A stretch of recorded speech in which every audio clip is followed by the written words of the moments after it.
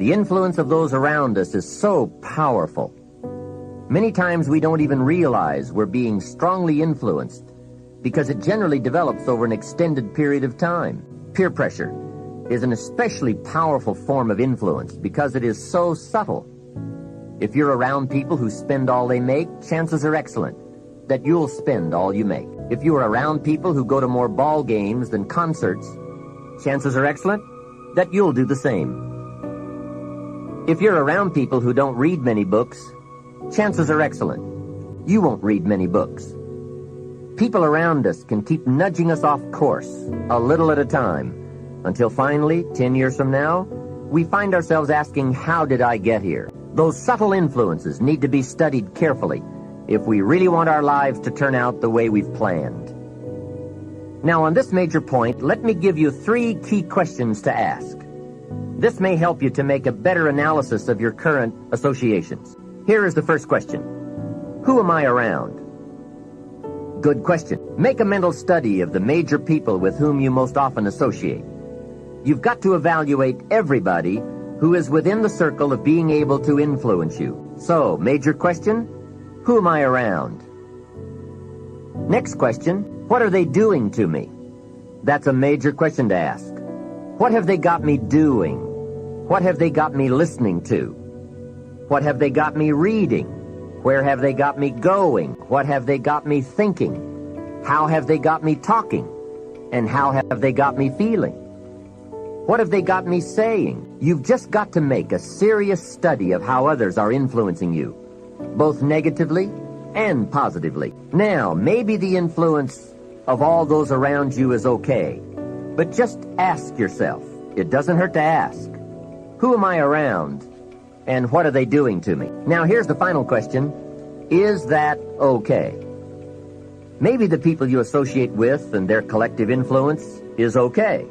But then again, maybe it's not. All I'm suggesting here is that you take a close and objective look.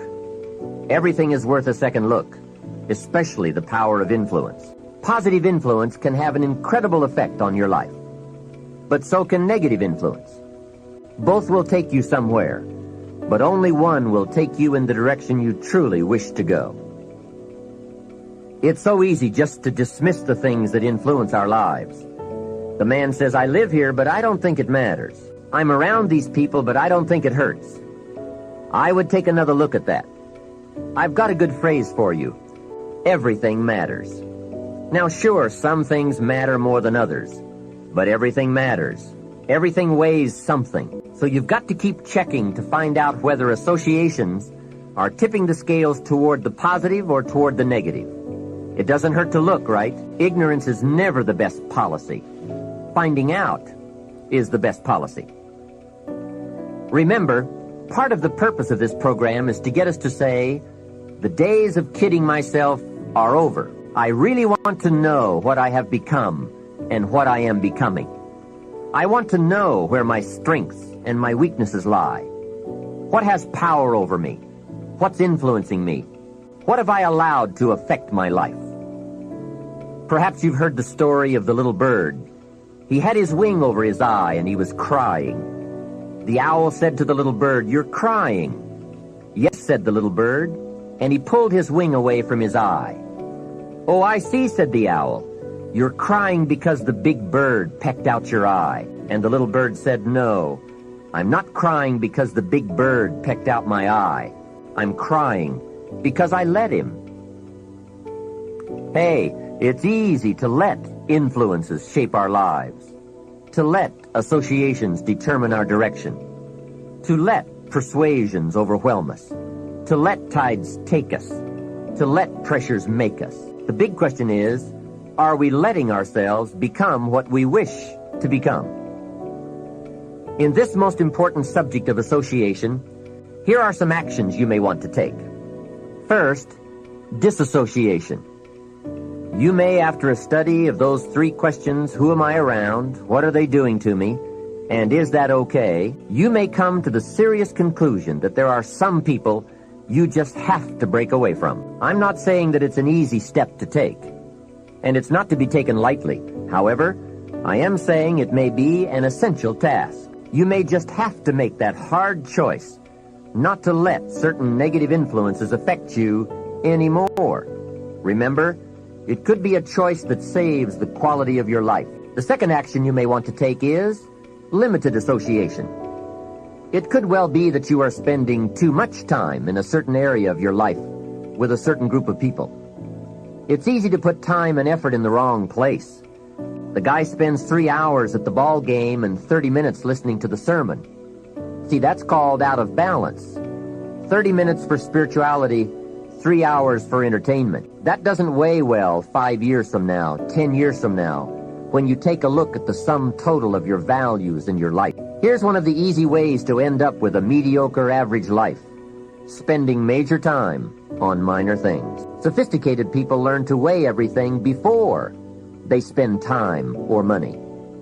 You've got to weigh before you pay. Whether you're going to spend heavy time or light time, you've just got to weigh.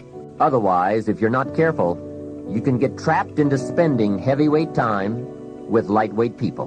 Now, it's okay to have casual friends as long as you give them casual time, not serious time.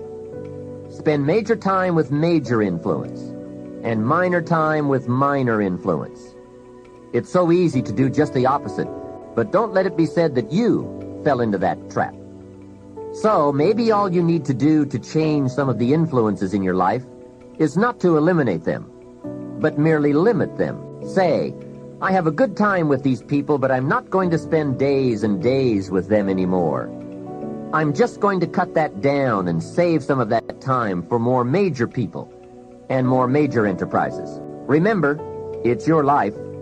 You can spend your time with whomever you want and whenever you want. But you didn't invest in this program for me to kid you. Take a look at your priorities and your values. We have so little time at our disposal. Wouldn't it make sense to invest it wisely? If you have only $100 in your pocket, it's okay to spend 20 for fun and put 80 toward your important values and commitments. But would you be happy reversing those percentages? Better to put the majority of your money where you know it will get you a positive return, rather than put it where the taste is brief and the results are poor. Of course, you must be the judge. You must determine whether the situation and the people call for disassociation or limited association. But remember, if it isn't taking you where you want to be 5 years from now, 10 years from now, now is the time to fix it. The third process is the one I most strongly suggest you begin, and that is called expanded association. That is, spending more time with the right people, people of substance and culture, people who understand philosophy and discipline, people of accomplishment and character. Many years ago, Mr. Shoaff said to me, Mr. Rohn, if you truly wish to be successful, you've got to get around the right people. Then he said, it looks like in your present circumstances you're going to have to plot and scheme. And that was true. I had to plot and scheme to get around the right people. On some of those early opportunities I had to be around successful people, I would park my car a couple of blocks away. I knew that if they saw my car, I'd never get in. On more than one occasion, I got the question, how did you get here? To which I would respond, oh, someone dropped me off. And that was me dropping me off a couple of blocks away. Whatever you have to do it. Keep asking the question, who can I get around? Who could I spend some time with who would have a positive influence on my life? I played every trick in the book I could think of to get around the right people, but it was worth it. Now here's the surprise. It is possible for a modest investment to get around major people. If you had a chance to sit down for an hour or two with a wealthy person, and all that you had to do was to pick up the lunch tab, wouldn't that be a bargain? That person might drop an idea on you that could change your life. For a lunch tab. And that's where we need to go to get our success plan, from successful people. Don't pick up your plan, especially your financial plan, from unsuccessful people. Here is something else exciting. It's possible for people of modest means to start a wealth plan. You don't have to be wealthy to have a wealth plan. You don't even have to be healthy to start a health plan. All you have to be is smart. Smart enough to say, Hey, I've got the wrong plan, and I'm going to get around someone who has a better plan and make it my plan. So, find some successful people to help you fill out your success plan. Find somebody healthy to get your better health plan going. Find somebody living a unique lifestyle to develop your lifestyle plan. This is called association on purpose. Getting around the right people by expanding your circle of influence. I have a really unique friend. I'm always trying to find more ways to spend more time with him. He's the big game hunter, millionaire, businessman, traveler, and in my opinion, one of the world's great philosophers. He has two special gifts among many that make it worth all the time I can possibly spend with him. And those gifts are, one, the ability to absorb, the ability to soak up a day and all of its events. His memory is uncanny. I swear he remembers in detail almost every day of his life and every book he's read. I think it is more exciting for him to go to Spain and come back and tell you about it than it is to go yourself. And the reason is, when he's there, he doesn't miss anything. He picks up the sounds and the colors, the experiences and the happenings. He absorbs like a sponge the sights, the people, the whole scene. Then he has this second unique gift, the gift of expression. He can put all he saw and touched and felt into words, exciting words. When he talks, you can feel the water lapping on your feet. You can see the colors. You can smell the aroma of the flowers and the food. What great gifts to absorb and to express. If I spend a day with him, I get my time's worth. He can put a year into a day's conversation. It leaves you spellbound. He can read a book and with flawless detail give you a capsule version. And more often than not, make it more exciting than if you read the book yourself. From Shakespeare to the Beatles, from Africa to Beverly Hills, he's got it, recorded it, and can express it with spirit and precision. You can imagine what a valuable association this is for me. One way to associate with people of influence is through their writings, books, cassette tapes, whatever you can pick up. Maybe you can't meet the person, but you can read his books or listen to his cassettes. Churchill's gone, but he's left some books. Aristotle's gone, but we still have his ideas. Search the catalog for cassettes and libraries for books. Search the magazines, search the documentaries. They are full of chances for association and intellectual feasting. But in addition to reading and listening, we also need a chance to do some talking and sharing. I have some people in my life with whom I spend time on a regular basis, who help me with important life questions, who help me refine my own philosophy, weigh values, and ponder questions about success and lifestyle. We all need associations with people of substance to provide influence concerning major issues: society, money, enterprise, family, government, love, friendship, culture, taste, opportunity, community. Behavior is mostly influenced by ideas, and ideas are mostly influenced by education, and education is mostly influenced by the people with whom we associate. So don't join an easy crowd. Make sure you get around people who can ask the right questions about the latest ideas you've discovered, about your philosophy, your enterprise, your goals, your lifestyle. Go where the demands are high, where the expectations are high, where the spotlight is on to grow, to produce, and to become more than you currently are. One of the great good fortunes of my life was being around Mr. Shoaff those 5 years. During that time, he shared with me, at dinner, on an airplane, at a business conference, in private conversation, with a group, all those ideas that caused me to make the helpful and necessary adjustments in my thoughts and activities.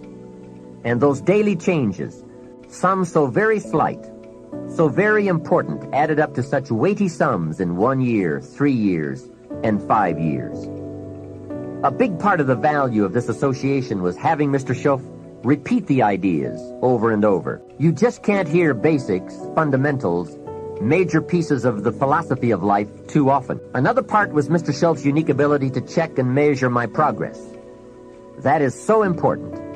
Measurable progress, and having someone to monitor that progress. Another benefit of my association with Mr. Shoaff was that I kept growing in experience, knowledge, and accomplishment, and was able to bring all that value to the same basic questions. What a learning experience that was.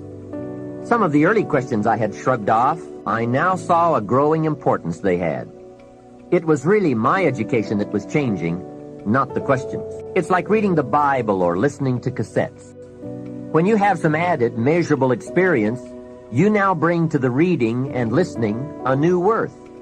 You now listen and read at a new level.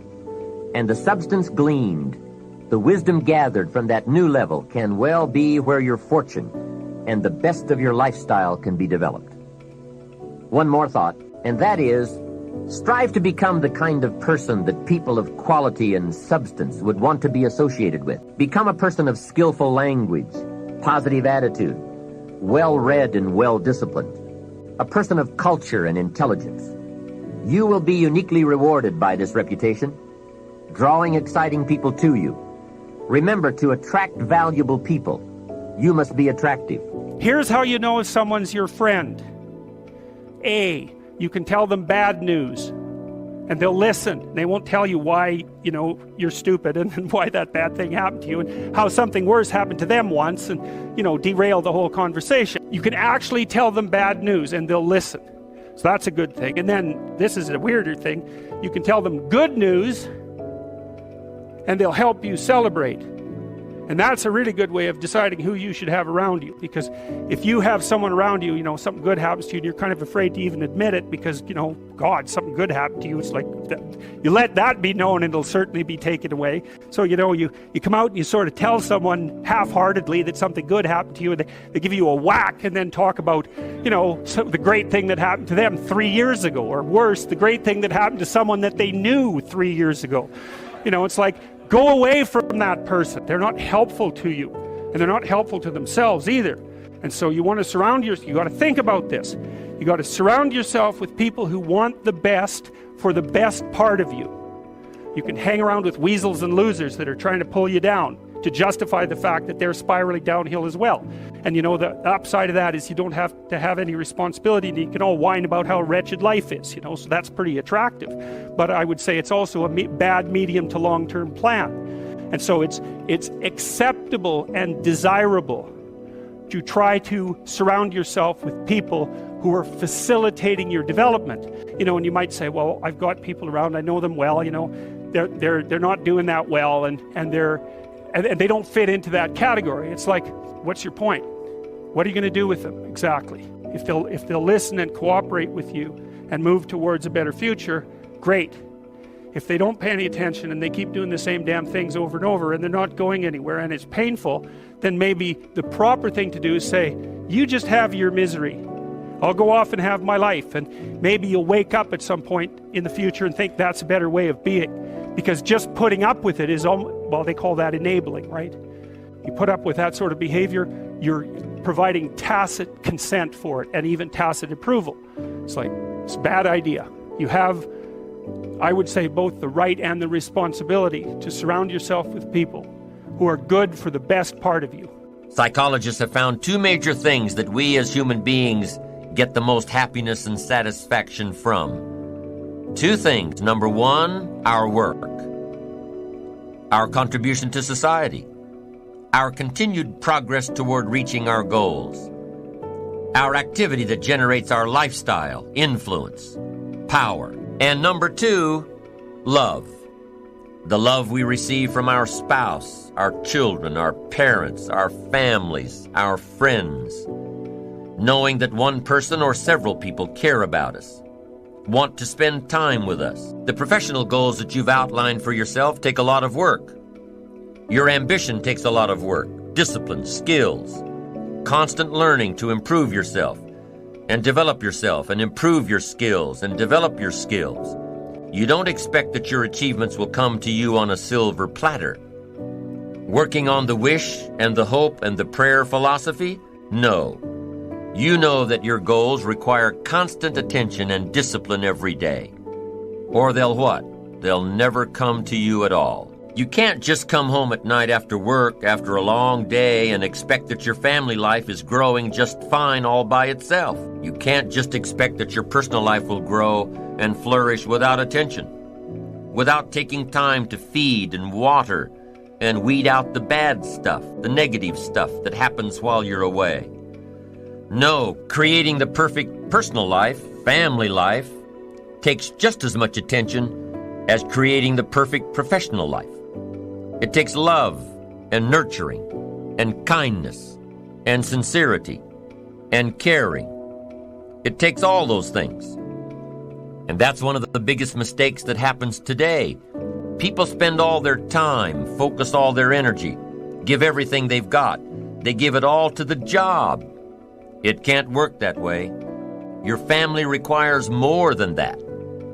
The investment we make in our personal relationships before they're put on paper is the investment we must continue to make. The more we give, the more we get. If you stop giving, guess what? You'll probably stop receiving too. So keep your investment in relationships and family active. That's part of the good life. What good is a mansion on the hill if you've got no one to share it with? It's no good. What good is an investment portfolio worth millions if you've got no one to share it with? It's no good. What good is working so hard day after day, month after month, year after year, working until you accumulate everything you want, and in the meantime, your family left you? It's no good. It all loses its value. Life has to be balanced. Work hard, play hard. Work 6 days, take 1 day off. Work 3 months, take 1 week off. Life has to be balanced, or your lifestyle will suffer. Balancing your personal life with your professional life is key to making your ambition work for you. Home life, work life, they must work together. Making sure that what you're going for in your career complements your home life. Making sure that what goes on at home complements your career. One won't work well if the other doesn't. Lady gets into work early in the morning, is the last one to leave every night. This keeps going on week after week, month after month. Doesn't seem like she gets that much more accomplished than everyone else. Matter of fact, it seems like she's using the office to escape from home. Something's wrong here. Better fix it. Chances are that whatever's bothering her at home is affecting her work anyway. A guy's always late for work. Always takes off during the middle of the day to go home. There always seems to be some sort of emergency to tend to at home. He takes long breaks, leaves early to go home. He's not getting his work done in record time. He's not getting anything done at all. Chances are he's using the emergencies at home as an excuse to stay away from the job. If something's wrong at work, fix it. If you can, or look for your solution elsewhere. If something's wrong at home, fix it. If what's going on at home is the result of neglect, admit it and fix it. Pay greater attention. If you need to go to counseling, go to counseling. Talk with your minister. Talk with a trusted friend. But remember that whatever the problem is at home, it probably didn't happen overnight, so make sure to give it some time in the healing. Be patient. Now, there's a balance between work time and home time, professional time and personal time. They both have to be working well in order to maximize your ambition and maximize your potential. Problems at home affect work. Problems at work affect home. Even when things are going well in both areas, sometimes special circumstances call for the work time to take away from the home time. And if that's the case, make sure everybody at home knows when to expect the light at the end of the tunnel. And if that extra project is really taking away from the family, make sure your family knows that their time will be paid back with interest. Life without balance can cost your relationships. Life without balance can cost your health. Life without balance can cost your spirituality. Life without balance can cost your wealth. Happiness. Balance. Work on a balanced life. Work on balanced ambitions. If you're a believer, don't neglect it.